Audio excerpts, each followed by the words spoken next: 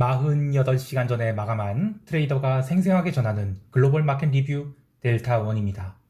우리 시장은 옵션 만기 다음 날을 맞이해서 외견상으로는 별다른 후폭풍 없이 조용한 하루를 보냈지만 파생 시장에서는 의미 있는 변화가 있었으며 해외 시장은 유럽을 필두로 숏커버가 끝까지 이어지면서 상승으로 마감을 하였습니다.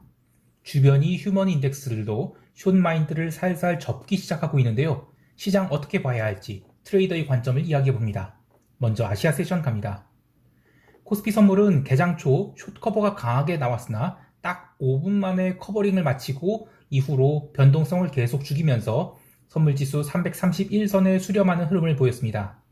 현물시장은 별다른 흐름이 보이지 않았지만 선물시장에서는 외국인이 하루 종일 선물 매도를 환매하면서 시장의 하락을 방어했는데요.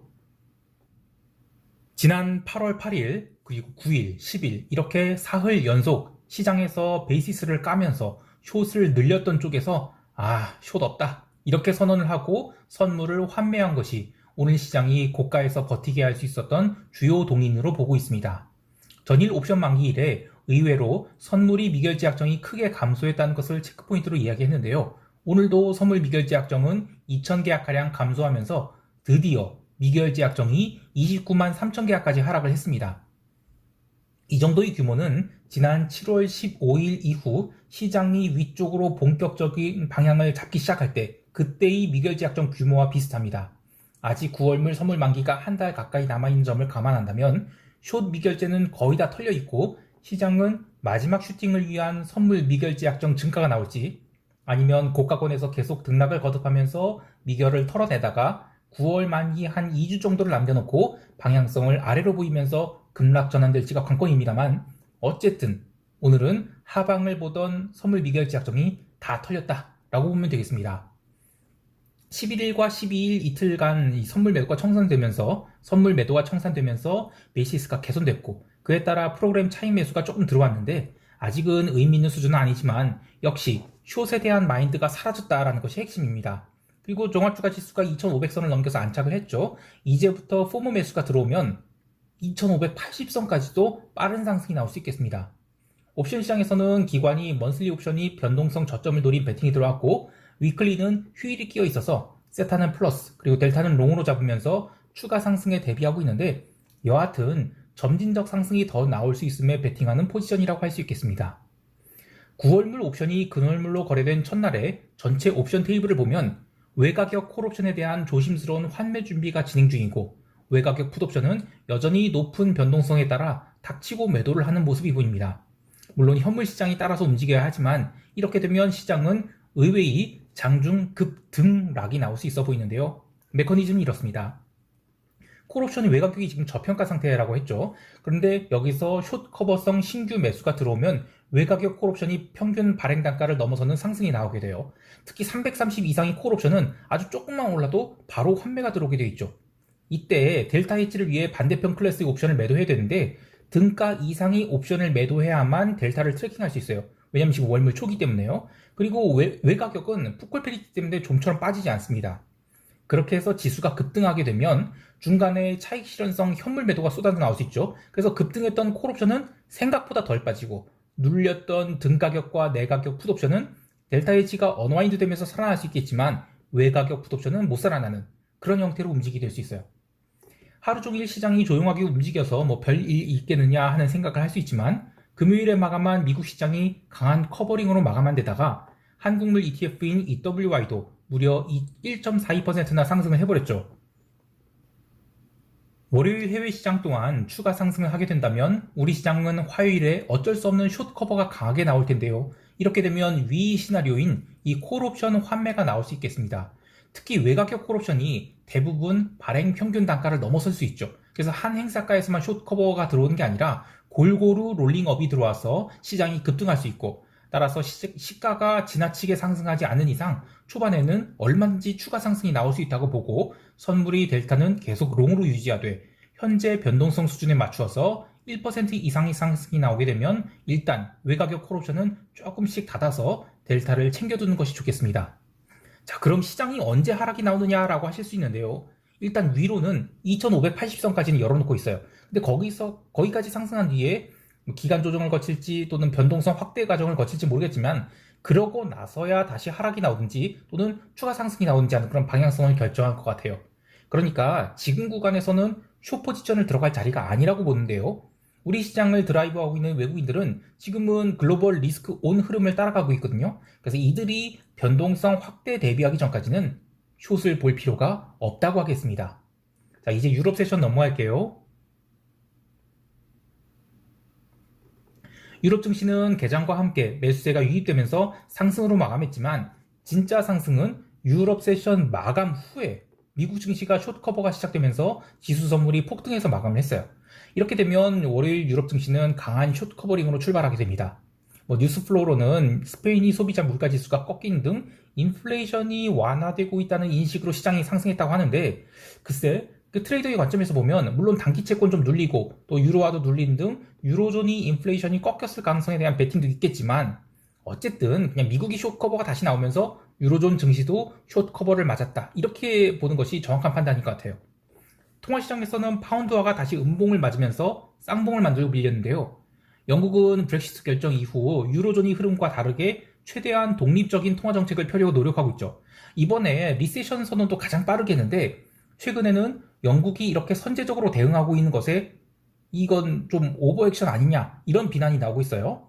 하지만 오늘의 유로화와 파운드 하락은 펀더멘털 이슈보다는 그냥 미국 증시에서 숏 커버가 나오면서 달러에 대한 매수가 들어와서 일어난 현상으로 보고 있습니다.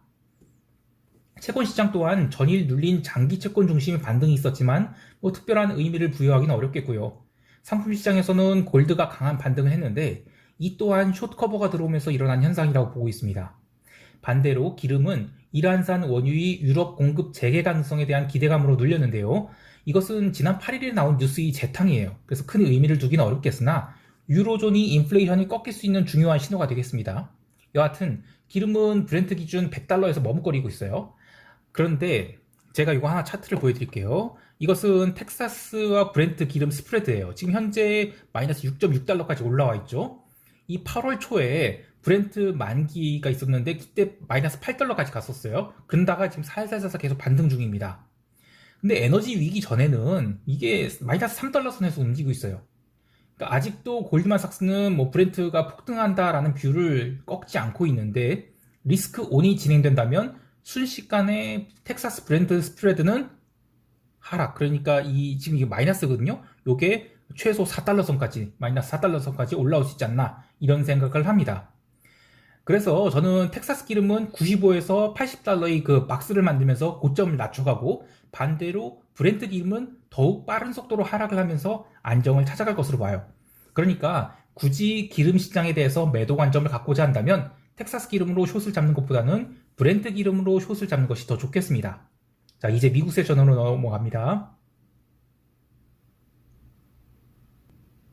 미국 지수 선물은 개장 초 강보합 출발하였지만 초반에는 등락이 거세게 나오면서 방향성을 잡지 못했는데요. 하지만 여전히 변동성은 제대로 된 상승이 나오지 않았죠. 또한 유럽이 목요일 눌렸던 것을 개장 초에 이미 다 만회한 상황인지라 로컬 이슈에 의해서 시장이 다시 눌림이 나오지 않는다면 글로벌 투자자 관점에서는 이 숏을 걷어내고자 하는 욕구가 더 강해질 상황이었습니다.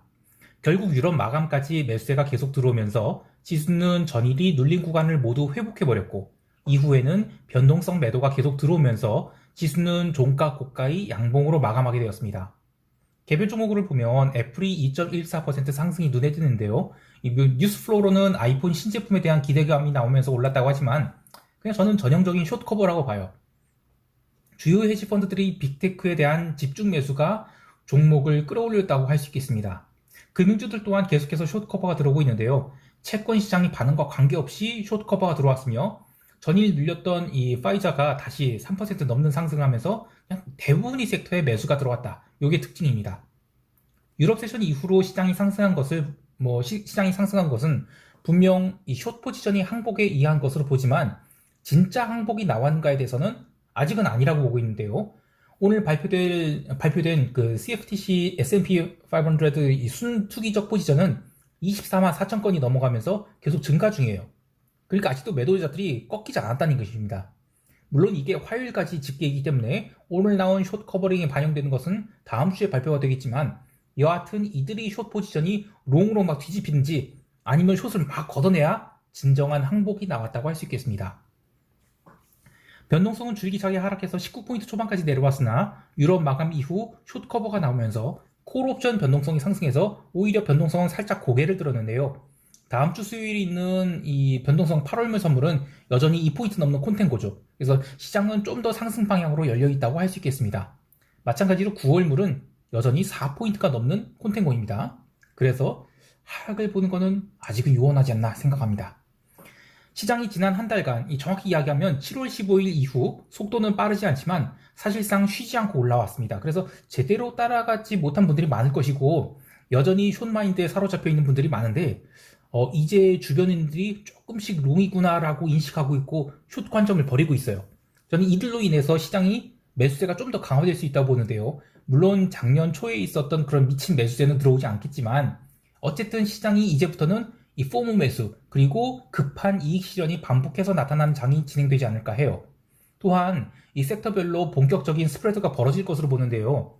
이 7월 15일 기점으로 한 달간의 이 섹터별 퍼포먼스를 보면 이 스몰 캡이 제일 세고, 그리고 미드캡이 그다음 라지 캡이 덜 상승했어요. 그래서 여전히 이 과매도에 의한 숏커버 장세라고 볼 수 있어요. 하지만 대형주 중에서도 애플 같은 종목은 이 작년이 고점권에 거의 다 와 있어요. 그래서 이미 고점권에 다 와 있는 종목들이 추가로 상승을 보일 것인지, 아니면 매수세가 좀 더 확대돼서 과도한 매도세를 겪은 종목들이 추가 상승할 것인지를 잘 봐야 되겠습니다. 후자의 흐름이 나타난다면 당연히 시장은 바닥을 계속 다지면서 상승할 것으로 봐야 하는데, 여전히 변동성 지수가 고평가되어 있죠. 그래서 시장은 충분히 추가 상승할 수 있다고 보고 있습니다. 즉, 미국 시장에 대해서도 점진적 상승을 봐야지 숏을 잡을 때는 아직 아니라고 보는 것입니다. 하나만 더 볼까요?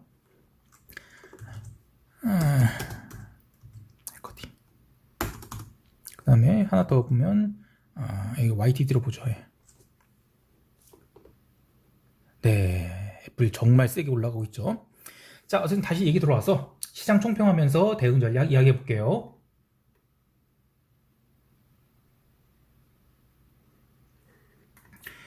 우리 시장은 이 8월 15일 광복절 휴장에 따라서 한국 시장 코멘트는 월요일 글로벌 시장의 흐름을 보고 8월 16일 새벽이 영상에 남기도록 하겠습니다.